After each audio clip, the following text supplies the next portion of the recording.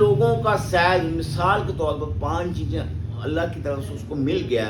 اس نے ہاتھ کا استعمال کیا، لڑکے کا استعمال کیا، بہت سارے گناہوں کے کام کیے، ان کی وجہ سے ان کا سائز کم ہو گیا۔ جب ان کا سائز کم ہو گیا تو پھر ان کو تو چاہیے نا ان کا سائز مطلوبہ سائز مل جائے، وہ علاج کروائیں، وہ نسخہ کھائیں، وہ طلاق کو بھی استعمال کریں، وہ اندرونی کھانے کی میڈیسن بھی استعمال کریں، باقی نسخہ جات بھی استعمال کریں۔ اگر وہی شخص چاہتا ہے کہ اس کا 5 انچ تھا اب 6 انچ ہو جائے، میڈیسن تو میں نے استعمال کرنی ہے، وہ حکیم کو بار بار کہے کہ یار فائدہ نہیں ہوا فائدہ نہیں ہوا، جبکہ فائدہ ہو رہا ہوتا ہے تو پھر اس کی کوشش یہ ہوتی ہے کہ اس کا سائز 6 انچ ہو جائے، ایسا نہیں ہوتا۔ پھر بعض اوقات میں نے ایسا بھی دیکھا ہے، وہی شخص کسی عطائی کے ہتھے چڑھ جاتا ہے تو پھر اس کا ستیہ ناش ہو جاتا ہے۔ بہتر ہے ایسی خواہش نہ کریں جس کے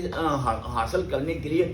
آپ کو تکلیف کا سامنا کرنا پڑے، آپ کی موجودہ طاقت بھی ضائع ہو جائے، کیونکہ جس وقت ایک پیشنٹ میڈیسن لیتا ہے نا وہ کسی بھی معالج کی ڈگری کو یا اسناد کو نہیں دیکھتا، اس کو اعتماد کو، اس کے نسخہ جات کو، اس کی باتوں کو دیکھ کے اس سے میڈیسن لیتا ہے۔ پھر جس وقت وہ اس سے میڈیسن لے گا تو اس وقت پہلا جو نسخہ ہے، پہلی طاقت ہے، وہ سیل وہ بھی ختم ہو جائے گا۔ بعض اوقات ایسا ہوتا ہے، ایسا چھالے والا طلا مل جاتا ہے